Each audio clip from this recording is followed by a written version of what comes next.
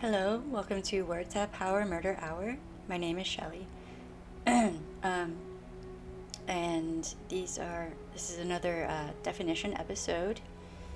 And I'm going to do the same thing I do at the beginning of all of these videos. If you've watched the prior videos, then you'll know what I'm doing and why. This is the makeup portion. So I just put this on my lips. And it looked like it would be, kind of pretty along with the eyeshadow and whatnot that I'm wearing. No, it's really, really pale. Like, it's pale on me. And I am really pale. But this would, it looked pretty good in real life. As we know, my lighting is weird. In real life, it looks pretty good. I'm more on the gothy side of things, so for me, this is just not getting it for me. But I put this on, looked on the monitor, on the camera, and no. I looked like I didn't have lips, is what I looked like. Okay, so I switched over to this. Now, if you look at them,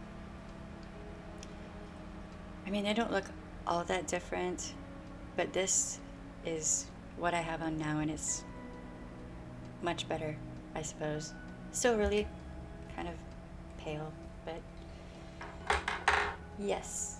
That was a weird experiment. I also didn't realize I got some of that on my teeth. So attractive. Righto. So yeah, I'm still stuck on this ColourPop palette, Sweet Talk. Very nice. Very nice. I like that very much. So before, in that prior episode, I just had 2 of the colors on. I had Dream Maker and Catch Me on, and I just added Meadow on there too. So now I have 3 of the colors on my eyelids. Yet again, no irritation, no watery eyes, no feeling like my eyelids are gonna fall off, no allergic reaction whatsoever to the ColourPop brand. So, you go ColourPop. Okay. That is the makeup portion. Remember that if you need it. And on this episode, we're going to be talking about defeminization. What is that? So I wasn't really able to come up with, in looking for it, I wasn't able to come up with very much information on the internet about it because I don't think it is focused on very much, but it is a form of abuse and it does happen. So a lot of the time, but not always, a lot of the time, a woman who is, likes to wear makeup, has long hair, likes to wear, women's clothing, as not all, but many women do. If she's in an abusive relationship, her abuser might try to force upon her that she shouldn't wear makeup. She shouldn't be doing her hair. She shouldn't be keeping up with looking the way she wants to look, because that means that she's trying to encourage relations of some kind with someone else. A lot of the time it seems to stem from jealousy, but it's also a means of control, because that has a direct effect on how a woman views herself, looks at herself, self-esteem, free will, self-control. Abusers are all about control. They want control over their targeted victim. And one way that they can take more control away from their victim is to say, you don't need to wear that makeup, or, only whores wear red. Or, why do you want to wear a shirt that's so low cut? Why do you want to wear a tank top? Why do you want to wear clothes that fit you? Now, as an example of this, you can go look up this guy Onision. And the recordings, the videos, he recorded himself of what he did to his then SO, Shiloh. She went from being a pop star with the hair did and all the pretty makeup and the feminine clothing and all of that. She went from that to him forcing her to cut her hair, then shave her hair. And in the one video, she's wearing men's clothing, or probably boys' clothing. No makeup. She has been stripped of how she views herself externally has been stripped away, replaced with what he wants her to be. That is defeminization. And he has an established pattern of defeminizing the women that he's with, to the point that apparently, I don't know if she's still with him, but his current SO, Kai, says that they are transgendered, but I have talked with several transgendered people I know about this subject, and they know about the Kai situation.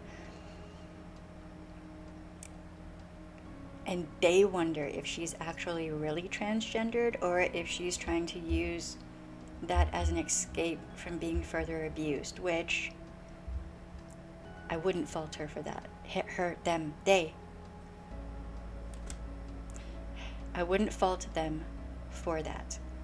In other words, there is a question, even in the transgendered community, those transgendered people who know about this, of whether or not they are actually transgendered or have been just so psychologically traumatized that they go along to get along. That's fairly, in my opinion, that's a fairly extreme form of defeminization. But he has an established pattern of doing this to SOs.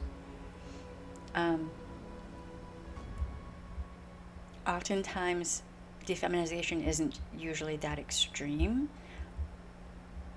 but it can be part of the abusive arsenal of tools that abusers use against their victims.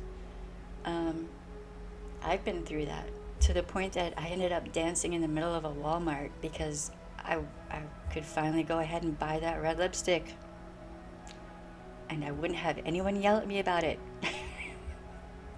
I could just go ahead and, as a grown human being, decorate my body as I wish.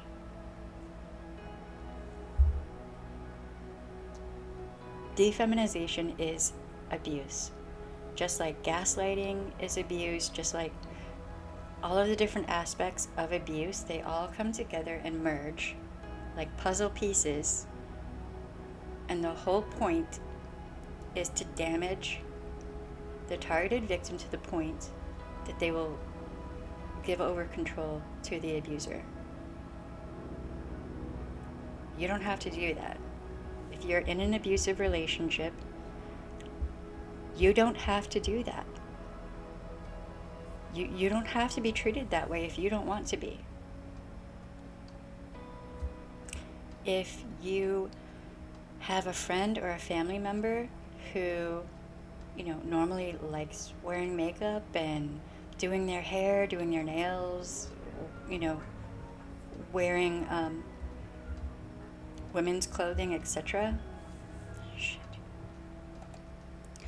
So if you have a friend or a family member who, likes wearing women's clothing and makeup, etc., and they're in a relationship and you see them stopping wearing the makeup and all of that, you might even see arguments over that woman choosing to present themselves the way they wish, right? If you see that, that's, like I said in other videos, that's a small little sliver of the abuse that's going on. What you're seeing in public is a small portion. It's way worse when nobody's around. Keep that in mind. Be patient with the victim, with your friend or family member. Stand by them. And you can try to affirm to them that they don't have to do as their abuser says. They don't have to stay in a relationship where they're being abused. They might not even know that's abuse.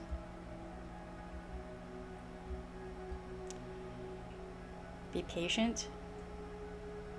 Stand by them, because they will need you at some point. All right. So, National Domestic Violence Hotline.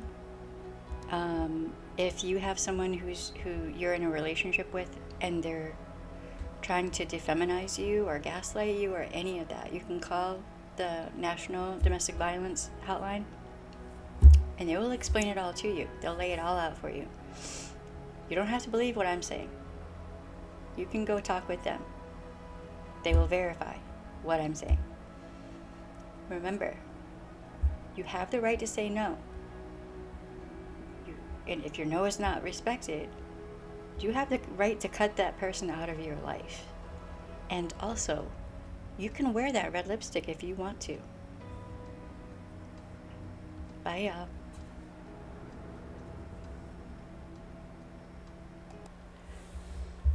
Hello. If you have enjoyed this video, and if you're enjoying my channel, then please like, subscribe, share, follow, ring the bell, and hit all. Comment, all of the above. It all helps with the algorithm to get the videos up so that people who need them can see them. And that is the whole point of what I'm doing. Thank you, and have a good day, night, or whatever. Bye. See you later.